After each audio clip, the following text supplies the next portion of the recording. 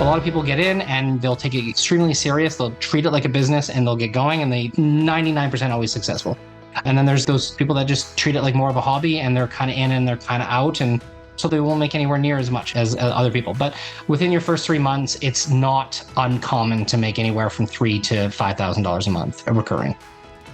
Well, hi there and welcome. I'm Joan Posivy, host of the Side Hustle Hero podcast, the show that is laser focused to inspire you to start or to scale your side hustle income streams. You just heard today's guest, Mike Dallas-Petersen, talking about what someone could expect to earn with the right guidance as an integrator. Earning well into a six-figure income himself doing this kind of work, he also now teaches others how to do it. An integrator is someone who identifies the biggest bottlenecks in an online company's marketing, sales, and operations, then sets up automated systems, integrations, and workflows to improve profits and efficiencies. Mike's clients are diverse, including someone who chases hailstorms, then sets up pop-up repair shops to fix the cars damaged by those storms, to a person selling online courses. Could being an integrator be a good side hustle for you? Check out this episode to explore. You'll discover things like what skill set makes for the best integrators, the premier way to find clients, and the common traits of his most successful students. But before that, if you're enjoying what you're hearing in this podcast, I'd be so grateful if you would take a moment and leave a 5-star review at the platform where you're listening to let others know that there's valuable content here to help them start or grow their side hustle. Thank you so much. Now here is my conversation with integrator Mike Dallas-Petersen. Well, welcome, Mike. Thank you. Thanks for having me. Well, how does one go from being the local tire guy to working with entrepreneurs as an automation and systems specialist? Well, for me, it was extremely by accident. My career in tires was one of those all-time lows in terms of like mental health and essentially having a new family and having, I call them boomer bosses, but at the same time, they were just very old school, very by the book, and always making snide remarks about how they were back to work before they changed their kid's first diaper. And oh man, just like really, really kind of like toxic leadership, if that makes sense. So yeah, doing that and like the customers and all that kind of stuff, it just like eventually was like taking a toll. And I was like, I don't really do this anymore. So I just kind of quit tires. And I was like, I'm done. I'm going to take a year off. So I took a whole year off, raised my kid while my wife went to work, and that was pretty crazy. I started like affiliate marketing. I did marketing agencies. I did like e-commerce Shopify. I mean, I tried everything. That in that year. Yeah. At this point then, since you quit, you and your family could survive off your wife's salary and savings or whatever investments.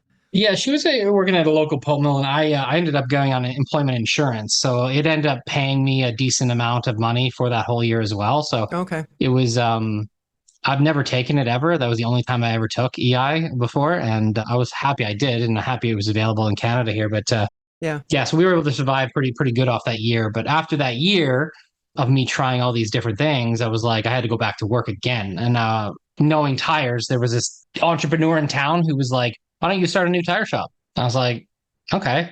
And so he got me to start this brand new tire shop in competition with the one that I left and stuff like that. And I grew it up. I built like all the equipment, all the SOPs. I got the software going. I got our first customers in the door. I hired and trained the crew. I did everything, right? Like I used to do at the other tire shop there. Was this your company or his or? It was his. His. I told him that I would start it and get it going, and then I would like my dream is to be an entrepreneur. So I was like, I'm not going to be here forever, right? Sure. And so he respected that, and so it was in that transition of like going from like EI to starting up this company, and then I was like, man, like all of the companies or all of the things that I tried, I was really good at like the systems. I was really good at setting things up. I was really good at like kind of getting all that working and flowing and making things function. Yeah.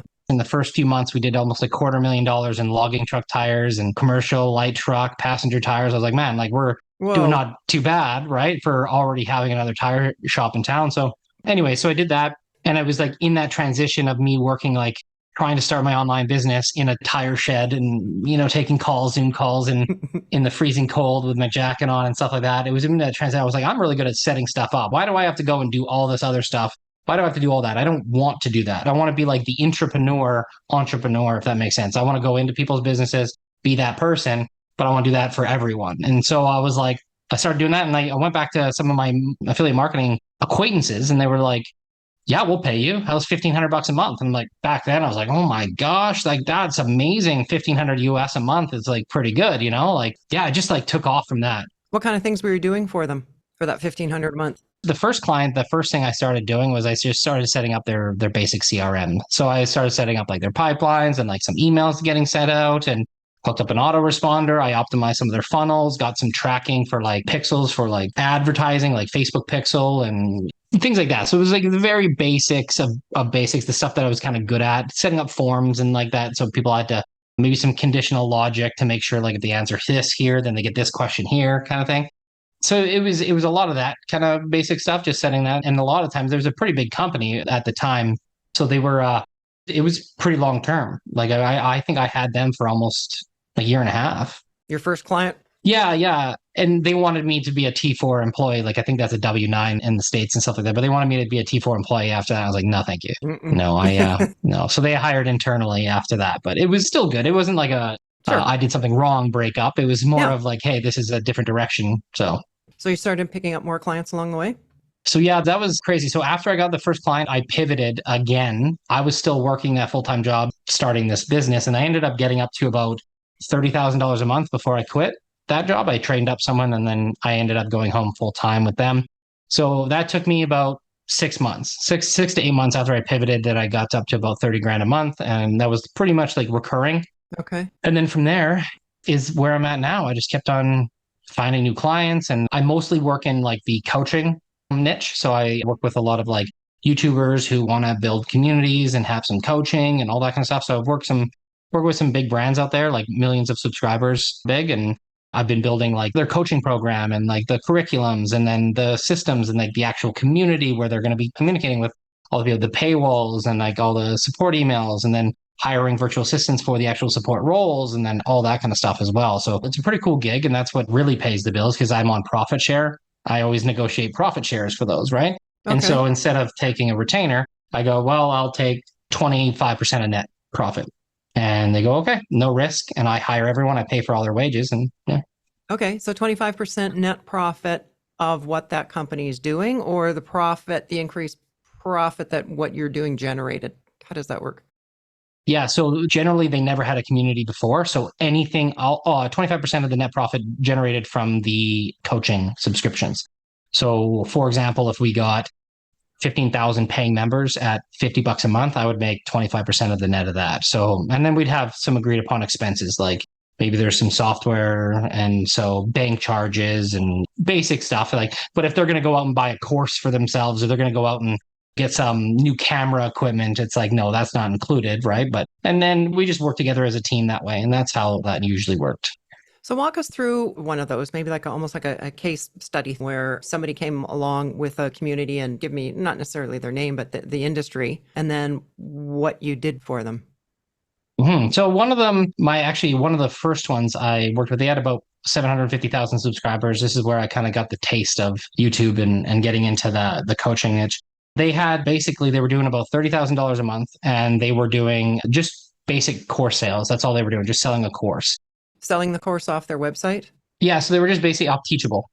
Okay. They were just selling a course off Teachable, and it was in the financial long-term investing niche. So how to invest long-term, what stocks, and how to pick companies, how to read documents and things like that. Right. So there was a lot of that. Okay. And then the subscribers would be across all their platforms and their emailing list? No, that just on YouTube. So just on YouTube, they had about 750,000 subscribers. The email list, we ended up pushing people to a brand new Discord community. And this was a free community that anyone could join. So while we were building things, we ended up growing that Discord community to about 60,000 people. Nice. Which was like pretty quick. And like this, the power of YouTube, to be honest with you, that really, really, really amplified this. It wasn't like a crazy amount of marketing or paid ads or anything like that grew it that fast, right? So it wasn't like an instant thing, right? It would have had to been some really attractive content that they were featuring on YouTube to attract those kind of subscribers. Yeah. Well, the YouTube content notoriously was just how to invest, how to buy, and how to do certain things. Like it was just mostly that. And then so the pitch, I call it, on YouTube was like, hey, would you like some more intimate, basically, knowledge on this? Join our private community where we talk about this daily rather than just every YouTube video, right? And so it was a very attractive offer, because then you could get into there. and they're always talking, and there's a lot of advice going all over the place and things like that. It was very moderated as too. You get some people in there like short-term this or crypto that or whatever. We kind of like, hey, no, like we would mute them or kick them out, and we were just not into that kind of short-term stuff. You say we, so is that one of the hats that you were wearing as a moderator as well? Yeah, so I was in charge. So as an integrator, I'm in charge of pretty much all the systems and like all like almost a COO role. So all of the moderators and everything like that. So I would hire all of the virtual assistants that would moderate the communities. And so as things were happening and things were getting reported, we'd have to have a system in place for making sure that would happen. So if this is their offense, let's document it. Let's mute them for 7 days. Let's tell them why, things like that. So we created all the systems around making sure that was properly managed. And so we it was my team. So I had a team of about 6 people at the end that were just only worked for me on that one offer, if that makes sense, right? Yep. To get into the private community, was there a cost involved in that to the individual? No. Okay. But it was once they were part of that community, then you share more content, add more value, and make your offer for the course. Yeah. And then coaching. That's when we started making the offer. And so then the offer was just like apply to join the actual like paid community, if that makes sense. Yeah. And from there, it just took off. We ended up, it was so fast. I still can't remember all the stuff that I did, but we ended up having to hire 20 high ticket closers. We had 100 SDRs that worked on the offer. So sales development representatives, we have 100 of them. I built all the systems around 100 of those SDRs. About 20 some odd closers, plus there was like 5 backups. So it was about 25 closers. And before the stock market crash, we were doing about 750 to $1 million a month in that offer.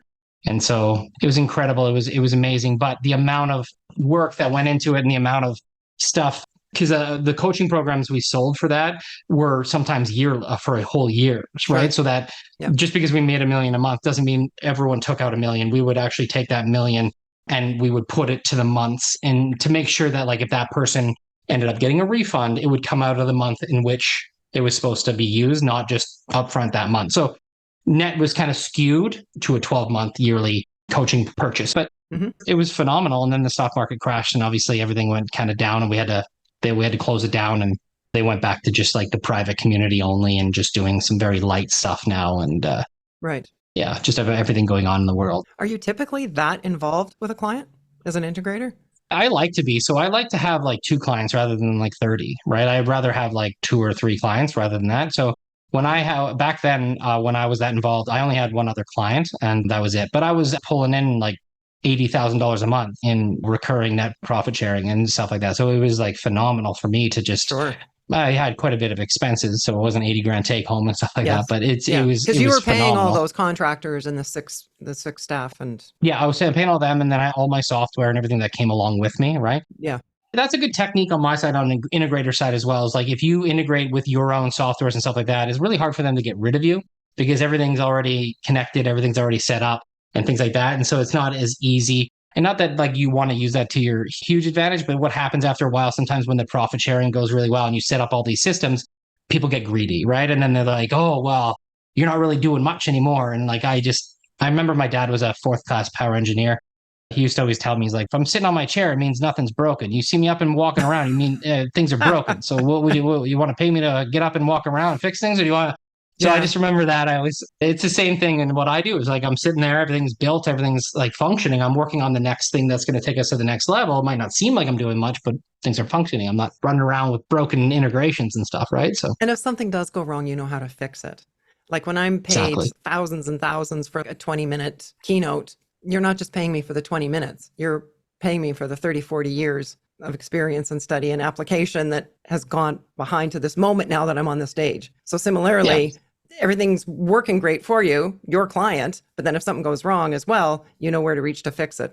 Yeah. So that's and then they don't have to get their hands dirty, and they can just continue making content and doing what they're really good at, right? Rather than getting their hands messy with things that they really don't understand or they don't want to or they don't need to, right? It's just like, let's focus on what's good for you, and then we'll go from there, right? So I guess having the smaller number of clients, it's kind of a blessing and the curse. So in the case of that one financial services client, when the stock market crashed and burned, then you lost 50% or 50% of your client base versus having a lot of smaller ones. So I guess that comes down a little bit to personal preference or having other income sources from smaller clients, finding a balance. That was a lesson learned because all my clients at the time were financial. So I ended up at that time, lost everything.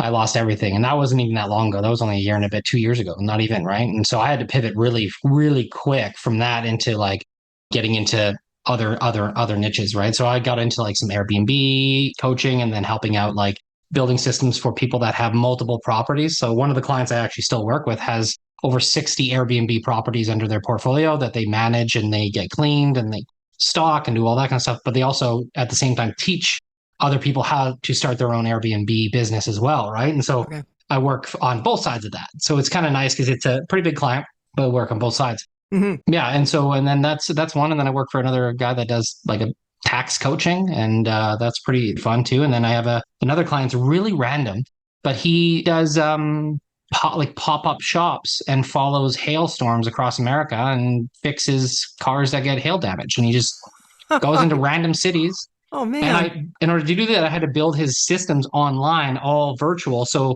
that if anything was happening, he could pick up and set up instantly at this location within a week. And then now he's there and then pick up and go over here. Whoa. So that's pretty cool business that I love those ones because it's like every day is different. There's always something different. It's not like I'm working as like an employee on like the same reports or the same whatever, right? Like all the Yes. time. It's like I get to like, oh, here's a new problem or here's a new client. It's like now, in a day I could be working on an Airbnb to tax to hail damage on cars. It's like, yeah. You probably know way more about hailstorms than you ever wanted to know. Yeah, well, especially like what kind of grade they are, what type they are, because like eventually after a while, like I would have to just predict, like they would start reporting all the storms coming in, and I'm like, eventually kind of getting ideas to like, okay, they are going to be picking up and moving here, so this person needs to be on my staff online for this week, and chances are it's going to be over the weekend, so I'm going to give them 2 days off right now so that they can be on. You know what I mean? So it's like Yeah. strategically, I'm just like trying to make sure that like because they're going to be like, we're moving Saturday, we'll be there Sunday, we're going to set up, and I'm like, Sunday, I'm not working, dude. I'm not getting up for anyone on Sunday. You know what I mean? So it's like, but now I have people in place, so it's that took a bit of a learning curve as well. It's storms are unpredictable, right? So Right. So that's a client that would require basically service 24/7, depending on what was happening. yeah, well, their ads are running 24/7. We have an autoresponder for most of the stuff. Okay. We have people answering phones and emails and the CRM pretty much, I would say 20 hours a day. Yeah. I was going to ask Mike who your typical client is, but it doesn't sound like you have a typical client. Or maybe some of their needs are somewhat typical. I still really enjoy like financial YouTubers. Like I've worked, like I said, I still really enjoy working with them. I still have a couple that are I'm working with right now who are just putting along and just riding out this recession or whatever we want to call this. I still have that. I do really enjoy that. I would say I really like coaches. I really like people who are, that's my niche. Like I really like coaches, but I'll work with anyone. It doesn't really matter. If you're an integrator and you want to learn how to be an integrator and all that kind of stuff, I always preach like starting off into something that you already know. Like if your mother was a realtor or your father was a mortgage broker, your step aunt was a accountant. I don't, I'm making Right. this up, but like at least something that you can go talk to someone and then get a good idea as to what would be the biggest pains and the problems and all that you can solve immediately and get going, what kind of messaging that you could get out. So generally when people are starting off, like they'll start with something they know really well, right? And it's pretty good because like eventually what happens is they'll grow to like 3 or 4 or 5 clients Mm-hmm. in their particular niche, and then they're like they have that light switch or light bulb moment. And they're like, oh, this is really easy. I can do this for anyone. Yeah. It's the same systems for the majority of all the clients, just different messaging or different fonts or different colors or maybe a slightly different process. So you go here first or go there second Right. or vice versa, right? Your net revenues after your contractors are paid is in the 6 figures, correct? 100%. Yeah, absolutely. Yeah. Okay. Yeah. So Yeah. like I think last year we did 700. Nice. Yeah. And that's you working as an integrator. Where are you finding clients? Like what's been Word of working mouth. for you? Word of mouth. So Yeah. I have this like weird thing, this really weird thing that most people have never heard of. It's called getting out of the house and shaking people's hands. Right. And I say it like that because if people are like, oh my gosh, like that's not new. They were doing that in the 50s and 60s and 70s. I'm like, well, why are we not doing it anymore? Why are we going and sliding into people's DMs? All these gurus are teaching how to like these standard messages and copy and paste. And I'm like, hey, first name. It's like, oh my goodness. I just like, so my secret is go buy a ticket to the realtor convention at the local ballroom, hotel, whatever Mhm. and go shake some hands and just ask people what sucks in their business. What's their biggest pain, right? How are your sales and marketing systems? And you have casual conversations have a digital business card, scan their phones, and it automatically, like, Mobilo is amazing. You can scan it and it automatically sends your CRM. Everything's amazing on it. And so you just keep these connections. And then I had one student 2 months ago, went to one event, a Ryan Pineda event, a YouTuber, and he ended up getting about 4,500 a month recurring after that one event in clients. Wow. Yeah, it's just like, so anyways, I joke about it being this like this new and crazy thing. It's really weird. It's like, get out of your house and go shake a hand. But it's so true, because like, if you have the means to do that, please tell me a city that doesn't have a giant hotel with a ballroom in it that isn't full every weekend with a business convention. Name one, or name something that you don't have to drive more than 2 hours to get to. You know what I mean? Like, if you can't drive 2 hours to go to something like that, like, come on, you're going to find it. And it's going to be realtors, it's going to be tax people, it's going to be accountants, it's going to be hypnotherapists. Like, I don't know. Like, it doesn't matter. They all need help. Everyone needs help. Board of Trade, Chamber of Commerce, anywhere. Everything. Yeah. Yep. And then just shake some hands. I mean, and the amount of time that it takes to do that is about the exact amount of time it's going to take you to send 300 messages over 4 social media profiles. You know what I mean? Like, I don't know. I like to get out and I like to shake hands and things like that. Right. And I'm good face to face. Right. And so that's where I've taught it. And do you stop sending DMs and stop sending messages to try and find clients? No, send some. Always do something. If you can't go out today, might as well send some messages. Right. Not saying don't ever do it, but my main focus is probably just getting out. A mentor of mine of many, many years had always said that was one of the secret of successes, is that face-to-face handshake, talk to the person in the flesh. Just trust. It's so much more like, oh, I met you in person at that event last year or last month or last week or whatever, whenever you're talking to them again.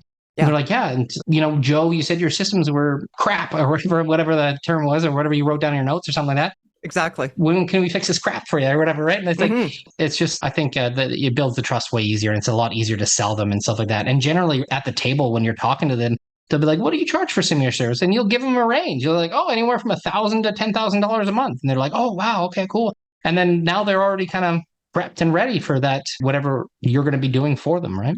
I was going to ask you how you go about pricing a job. So basically how I price a lot of my clients, or how I teach how to price, is called the rectal extraction method. And it's basically, you just pull it out of your butt, but not quite. There's a bit of a methodology, if you will, in terms of like, how many hours do you think you're going to be doing per week? How many virtual assistants are you going to actually need? What kind of software do they already have that you don't need to pay for or have another license or whatever it might be? Are they going to be using a CRM? Or are you going to have to get into a different CRM that you have to learn? Things like that, right? And so there's a lot of things that kind of go into that. But generally, all of my students are starting off with like a CRM because someone doesn't have one, and they're going to use something they already know how to use, and it's very easy. So anywhere from $1,000 to $1,500 a month is where I get everyone at, and they start there. Just building some basic funnels, autoresponders, email templates, pipelines, things like that. And then after that, I always get them to pitch a maintenance retainer. And so the maintenance and regular retainer and a maintenance retainer are two different things. So the regular retainer would be like, okay, well, this is the setup. This is what we're doing. We're doing quite a bit of work every month, all this kind of stuff. The maintenance retainer would be like $500 a month, but I'm just going to sit inside your Slack channel. You need me, I'm there. Okay. But you got priority. I'll put you above in my Slack queue. And if you message me, I'm there for you, but I want $500 a month. Otherwise I got to go find another client. Is that fair? Yes. So boom. And then I get them to pitch maintenance retainers, and they're very, very helpful for business. It's just peace of mind and all this kind of stuff. They don't have to go to Fiverr or find someone instantly to come in and help them out right then and there. Yeah. So you'll get a few months out of them on the retainer, or you'll get like, I have clients that pay me $1,000 a week, and they've been paying me $1,000 a week since 2018 or 2019. So it's just like, and then they still haven't stopped. I'm not on maintenance. I'm building and building and building and building. Right. And so to clarify then, you started as what we're calling an integrator, built that up, had some wins, had some learning experiences, and now you're at the point where you're still doing that, but now you're teaching people how to become an integrator, right? I had a lot of clients that were seasonal, including like the hail company I was talking to you earlier about. And they come back at me after their season's done going, let's get started again. And I'm like, I can't. I'm like, I just got too much. Like, there's no way I can help you. And they're like, well, who's on your team? You need to expand. You need to get bigger. I'm like, well, I don't want to get bigger. Very sorry. I don't want to. It's like, it's so weird to people. They're like, you don't want to make millions and millions. I'm like, not really. No. So they're like, well, you need to do something for me. I was like, okay, well, I do like teaching. I like jumping on calls. I like coaching. I like all that kind of stuff. Yeah. So one of my clients was like, open up an academy. And I was like, okay.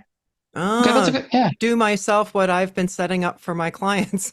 Yeah. And then now I get new clients coming, I get referrals, and I'll just pass them on to my students sometimes. And then sometimes Nice. I'll be on a little bit in their stead. And so it's working out. It's working out pretty good. I got a few students that have graduated, if you will, and they've got some pretty good results. Some of them, actually, two or three of them have quit their jobs now. One of them doesn't want to. They want to work both. Talk to us, if you would, then, what someone could expect to earn starting out as an integrator. Like, what does that typical income trajectory look like? I don't have a filter. I can't stress the truth, and so I'll just say it how it is. I've had students in their first month making $30,000 a month. I've had some students get to 3 months and make nothing. And Right. it just really depends on the student and on how much commitment they have. A lot of people get in and they'll take it extremely serious. They'll treat it like a business and they'll get going, and they are 99% always successful. And then there's those people that just treat it like more of a hobby, and they're kind of in and they're kind of out and they're not really taking it serious. So they won't make anywhere near as much as other people. But I would say, like, within your first 3 months, Sure. it's not uncommon to make anywhere from $3,000 to $5,000 a month recurring. And sometimes that replaces someone's full income, right? Nice. Who makes the best integrators? What skill set would you be looking for in a student? Yeah. So working professionals, someone that's in some sort of possible leadership role, or someone that's always talking to people or solving problems, and very solution oriented people that, like, I always get flack from my wife all the time because she goes and she'll want to complain or vent to me. And I'm like, you got a frame. If you want to vent, you need to tell me right away. Because, like, I'll be offering solutions to all her problems as she's telling me them. You know? Right. And so, Yeah. yeah. So Here's if how you're to that fix kind of that. a person where you're always offering solutions to everyone's problem, then you're probably the right person. So I find that, like, solution oriented working professionals, I was like blue collar doing tires and all that kind of stuff too, right? So it's like, again, like, if you're very solution oriented, if you're in management or even distribution or whatever, it doesn't matter. If you've tried out, some of my best students Right. have tried out marketing agencies or tried out affiliate marketing or tried out all those other things, and they've been into that online world. Yeah. Some of them are my best students. Like, one of the guys was working in solar, door-to-door sales and stuff like that, and was trying to start his own marketing agency doing ads for realtors. And then he was like one of my first students ever. And I think he makes 15 grand a month now. And he's just inside of all these Nice. realtor companies, being their integrator, setting up all the stuff rather than just ads. Right. Right. Yeah, because a realtor could be an absolute pro at all things real estate, but as far as all the back end stuff. Yeah, stay in your lane. You sell houses. That's what you're good at. Don't do the systems. Like, it's like, you don't stay with what you're really good at, and then things will grow. Things will get a lot better, right? It's just especially if you're trying to scale, because, like, you're not going to scale by doing everything. That same mentor that I was thinking of earlier, he said, do what you're really good at and pay somebody else to do everything else. Do what makes you money. And even if that's, like, not selling and you're stuck at selling, hire a closer. Hire someone to do the selling for you. Like, you know what I mean? If you're a person that is good at the systems, right? I mean, I, for one, in my Integrator Academy, I have someone that sells it. I don't sell it. I can't sell to save my life. That's not your thing. I'm just like, yeah, call me if you're interested. Right. Yeah, I just don't have it. It's not something I like to do, right? And then even some of the coaching lessons that I do, right? I delegate some of those out to people that are more specialized into specific softwares and stuff too, right? So, yeah. Given most of the examples that you mentioned, they all require a certain level of tech expertise. I would imagine that would be part of the required skill set for an effective integrator. yeah. The way that they're making software right now, the biggest reason people don't use software is because they don't know how to use it, right? Number one. Yeah. So every software coming out now, every SaaS coming out now is made to be easy. And so it's just a matter of, like, thinking. That is what's, like, different about the software now. It's like everyone can set up a campaign, everyone can build a funnel, everything's click and drag now. Everything's click a button, turn on, or hit the plus and build your map of, like, what the flow is going to go in an email. It's very easy to do. But what it takes is, like, just a different way of thinking, right? I don't know if I always keep this book beside my thing, but it's called The Great Mental Model. It's really dirty because I left it outside by accident, but it's general thinking concepts, The Great Mental Model. It just, like, goes into different ways, different concepts, different ways of looking at specific situations, like a map, for example, right?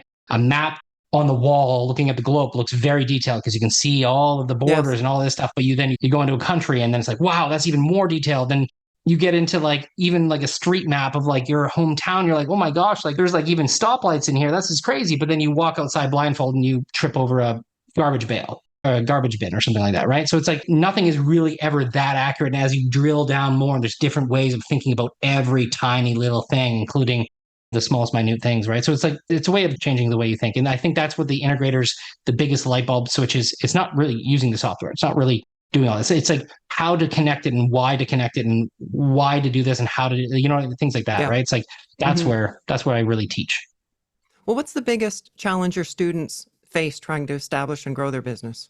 Confidence in what they're doing. They always think that because they've only been doing it a month, they can't go and set anything up, or they feel different. So the one thing I work on is just like a bulldog approach, right? You set me up 10 funnels this weekend. You set me up 10 email campaigns this weekend. And you just do it, keep going. And then I'll just like, okay, that was a great job. Do it 10 more times. And they're like, oh my God. And you have to record yourself doing it, and you can't just copy and duplicate. You can't do any of that. You got to make it from scratch, right? And so it's just through repetition and then that. And it's like they get onto a call after a week of doing that, and they're pitching a client on email sequences. It's like they can literally tell you every feature and every nuance and every little tiny thing. And this is what we're going to do. And they're like, oh wow. It's like, yeah, it's just like, I just get people to be very repetitive on what they're doing and all that kind of stuff. And then just like understand why they're doing it.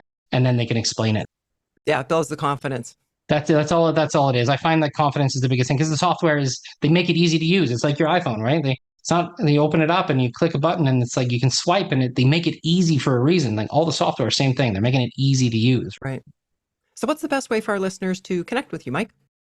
So there's a few different ways. My company is socialaimsolutions.com. That's my integrator company. And if you want to become an integrator, there's the integratoracademy.com, which you can watch a video and book a call with me, or my guy Harrison. And there's also my Facebook profile. And it's just Michael Dallas-Petersen, SEN. And there's a lot of fake profiles of me out there, so be careful. Mine is the only one that looks legit. Everything else looks fake. Okay. For sure. They'll have like 300 friends or something like that. I have like 5,000 and I think like 18,000 followers, or I don't know. It's like something crazy. You'll be able to find me on Facebook, and then just send me a message. But make sure you send a friend request first, because a lot of time the message request doesn't come through. So it'll be in spam or something. And I'll definitely have all those links in the show notes as well. Awesome. So what's your best tip to inspire others to start or grow their side hustle dream? I think in terms of that one is like embracing failure is number one. And a lot of people are scared of failing. And I find that like everything I've done, including my whole story that everyone has listened to, is like I failed a lot at everything I did for 2 years. And so I think that like everything I've done has been built on failure, everything. And including today, like including just 2 years ago, I had to rebuild everything again. You know what I mean? And so I think that's the number one thing is like, if you're failing, you're not failing fast enough. Like, just, you know what I mean? You just keep going. And I would say that would be the number one thing, that everyone stops their side hustle or stops their dreams or their business or whatever they're doing because they got to know. And I like that. I like no's for me are just math, right? Like I get 100 no's, I'm going to get a 1 yes, right? Like I just need to get 99 more no's and then I got a yes. You know what I mean? Like I just like try and just like, how can we embrace I'm that this much feeling? Closer. Yeah. Yeah. I'm at 76 no's. Here we go. You know what I mean? But it's just like after a while, like, you just get it. You're like, okay, well, this is the process. This is what's going to take, right? How many people walk past your brick and mortar business and don't come in? You know what I mean? Do you count that as failure? No. Then why are you on social media or anything like that, right? It's like, you just got to look at it differently, and people are just scared of failure. And I find that the more that you embrace it, the more you actually fail and you screw up and you get fired, you're never doing it again, right? It's fine. Like get the next one. Don't do it again, like Christ. So yeah. Yeah. We've got our successes and we've got our learning experiences. Yeah. Yeah. And it'll never stop. It'll never stop. Like even like me, like, cause I'm such a different, like I have to be doing something new. I can't be like the same thing all the time. And so like I jump into a new niche or I jump into a new client and say yes, and I know I shouldn't have. I fail my way into even if they're like, oh, you know how to use this software? I'm like, nah, but I'll figure it out. Like, okay, let's go. So I just, yeah. Yeah. And the attitude too. You probably look at it. Cool. A new challenge. Yeah. And just like honesty. It's like, I'm never going to tell a client I 100% know how to do this. I'll be like, no, I've never used it before in my entire life. Looks kind of confusing. I would also use this software instead. It's a better alternative than this, whatever you're using or whatever kind of advice. And they're like, well, no, I'd rather use this. And it's like, okay, take me a little bit longer, I guess, but I'll do it. Because you like to please your clients. Yeah, well, yeah. And I'm not going to sit there and argue. And the thing is like, if I have to rebuild all the stuff into the software I recommended 3 months later, I just extended the my job, my contract with them. Absolutely. Right? Yeah. I told you. It's like, no, now we're moving over here. It's like, okay, here we go. Now I've got more work, more work for longer. Right. So. Nice. Well, thank you so much, Mike, for sharing what's involved in being an integrator and your advice to others wanting to do the same. And of course, for being today's side hustle hero. Thank you for having me. I enjoyed it. It was great. Mike went from being a tire salesman to an automation and systems specialist for online businesses. That's quite the change. I'd say it's pretty inspiring. That's why I love bringing you these side hustle success stories to help inspire you to live your best life. Just because you've done something for a very long time that maybe you're good at doesn't mean you have to keep doing it forever and ever if you're not happy or not feeling fulfilled. Do you love what you're doing now for income and for work? If so, that's awesome. But if not, maybe it's time for a change. That's the reason a lot of people start a side hustle, to try out something different. It's not too late for you to transition to something that you really love to do. For instance, is there something you've always wanted to pursue or something that you've dabbled in the past that you want to revisit and dive back into? Mike went from tire person to online integrator. What does your next transition look like? What's your next move? Let me know. I'd love to hear from you. Well, that's a wrap for today. You'll find links to Mike's website and social media at our website, sidehustlehero.com. If you enjoyed this episode, let me know you're listening and tell me how this podcast is helping you. You can tag me or send a DM on Instagram at Joan Posivy. Thanks for listening and hustle on.